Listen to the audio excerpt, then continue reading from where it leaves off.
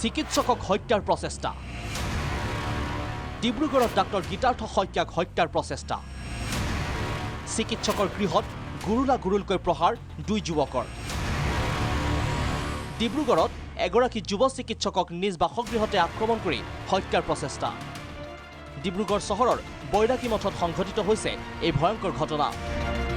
মাজুলীত কৰ্মৰত যুৱ চিকিৎসক ডাক্তৰ গীতাৰ্থ শইকীয়াক ডিব্ৰুগড়ৰ বাসগৃহতে প্ৰহাৰ কৰে আক্ৰমণকাৰীয়ে বাসগৃহৰ চোতালতে উপৰ্যপৰি প্ৰহাৰ কৰিয়ে ক্ষান্ত নাথাকি অচেতন অৱস্থাতো আক্ৰমণ কৰি মুমূৰ্ষ অৱস্থাত এৰি যায় চিকিৎসকগৰাকীক পিছে কি কাৰণত এজন চিকিৎসকক প্ৰহাৰ কৰিলে যুৱক দুজনে গীতাৰ্থৰ পিতৃ মাতৃৰ অভিযোগ অনুসৰি দেৱৰাজ বৰগোহাঁই নামৰ যুৱকজনে আন এজন সতীৰ্থসহ হত্যাৰ প্ৰচেষ্টা চলাইছিল পুত্ৰ গীতাৰ্থক আক্ৰমণকাৰী দেৱৰাজৰ প্ৰেমিকাৰ সৈতে গীতাৰ্থই পাতিছিল কথা চিকিৎসক গীতাৰ্থই গাইছিল গীত কেইদিনমান আগতে এটি গীত ৰিলিজ দিয়াত শুভেচ্ছা জনাইছিল আক্ৰমণকাৰীৰ প্ৰেমিকাই আক্ৰমণকাৰীৰ প্ৰেমিকাৰ SMS-এ গীতাৰ্থৰ বাবে হ'ল কাম ভুল বুজাবুজিৰ বাবে আক্ৰমণ কৰাৰ সন্দেহ প্ৰকাশ কৰিছে গীতাৰ্থৰ পিতৃ মাতৃয়ে প্ৰেমিকাৰ লগত কথা পতাৰ বাবে গীতাৰ্থক আক্ৰমণ কৰি এখন কাণ ছিঙি দিয়ে আক্ৰমণ দেৱৰাজে মূৰত গুৰুতৰভাৱে আঘাতপ্ৰাপ্ত হোৱাৰ লগতে দেহৰ বিভিন্ন স্থানত আঘাত পায় যুৱ চিকিৎসকজনে সম্প্ৰতি অসম মেডিকেল কলেজ হাস্পতালত চিকিৎসাধীন হৈ আছে আঘাতপ্ৰাপ্ত ডাক্তৰ গীতাৰ্থ শইকীয়া সমগ্ৰ ঘটনা সন্দৰ্ভত আৰক্ষীক গোচৰ দিয়াৰ পাছতো আক্ৰমণকাৰী কৰায়ত্ব কৰিবলৈ সক্ষম হোৱা নাই অৱশেষত চিকিৎসক পুত্ৰৰ ন্যায় বিচাৰি সংবাদ মাধ্যমৰ কাষ চাপি আৰক্ষীলৈ কাটৰ অনুৰোধ জনাই দুৰ্ভগীয়া পিতৃ মাতৃয়ে মোৰ অন্তৰ ফাটি গৈছে কিন্তু তেনেকে যাতে আন এজনী মাকো মোৰ নিচিনা কান্দিব লগা নহয় হিংসাটো জ্বলিছে নে কি নি মই নাজানো মুঠতে মই সেইখিনিয়ে কৈছোঁ মোক ন্যায় লাগে মই ন্যায় বিচাৰিহে এৰিম তাৰমানে মোৰ ল'ৰাক যেনেকৈ মাৰিছে ময়ো তেনেকৈ ন্যায় বিচাৰিহে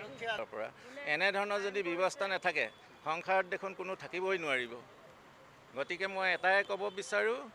আমি যিখন FIR দিছোঁ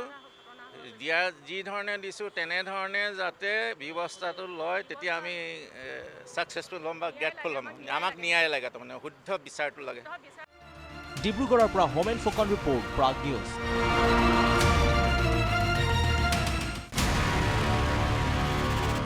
চিকিৎসকক হত্যাৰ প্ৰচেষ্টা ডিব্ৰুগড়ত ডাক্তৰ গীতাৰ্থ শইকীয়াক হত্যাৰ প্ৰচেষ্টা চিকিৎসকৰ গৃহত গুৰুলকৈ প্ৰহাৰ দুই যুৱকৰ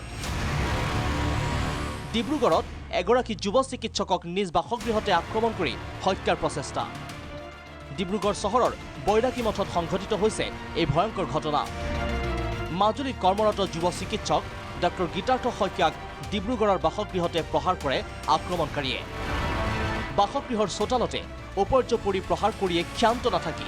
অচেতন অৱস্থাতো আক্ৰমণ কৰি মুমূৰ্ষ অৱস্থাত এৰি যায় চিকিৎসকগৰাকীক পিছে কি কাৰণত এজন চিকিৎসকক প্ৰহাৰ কৰিলে যুৱক দুজনে গীতাৰ্থৰ পিতৃ মাতৃৰ অভিযোগ অনুসৰি দেৱৰাজ বৰগোহাঁই নামৰ যুৱকজনে আন এজন সতীৰ্থসহ হত্যাৰ প্ৰচেষ্টা চলাইছিল পুত্ৰ গীতাৰ্থক আক্ৰমণকাৰী দেৱৰাজৰ প্ৰেমিকাৰ সৈতে গীতাৰ্থই পাতিছিল কথা চিকিৎসক গীতাৰ্থই গাইছিল গীত কেইদিনমান আগতে এটি গীত ৰিলিজ দিয়াত শুভেচ্ছা জনাইছিল আক্ৰমণকাৰীৰ প্ৰেমিকাই আক্ৰমণকাৰীৰ প্ৰেমিকাৰ SMS-এ গীতাৰ্থৰ বাবে হ'ল কাম ভুল বুজাবুজিৰ বাবে আক্ৰমণ কৰাৰ সন্দেহ প্ৰকাশ কৰিছে গীতাৰ্থৰ পিতৃ মাতৃয়ে প্ৰেমিকাৰ লগত কথা পতাৰ বাবে গীতাৰ্থক আক্ৰমণ কৰি এখন কাণ ছিঙি দিয়ে আক্ৰমণ দেৱৰাজে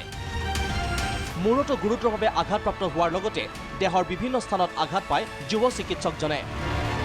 সম্প্ৰতি অসম মেডিকেল কলেজ হাস্পতালত চিকিৎসাধীন হৈ আছে আঘাতপ্ৰাপ্ত ডাক্তৰ গীতাৰ্থ শইকীয়া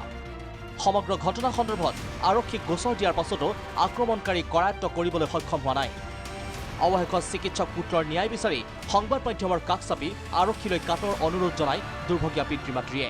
মোৰ অন্তৰ ফাটি গৈছে কিন্তু তেনেকে যাতে আন এজনী মাকো মোৰ নিচিনা কান্দিব লগা নহয় হিংসাটো জ্বলিছে নে কি নি মই নাজানো মুঠতে মই সেইখিনিয়ে কৈছোঁ মোক ন্যায় লাগে মই ন্যায় বিচাৰিহে এৰিম তাৰমানে মোৰ ল'ৰাক যেনেকৈ মাৰিছে ময়ো তেনেকৈ ন্যায় বিচাৰিহে এৰিম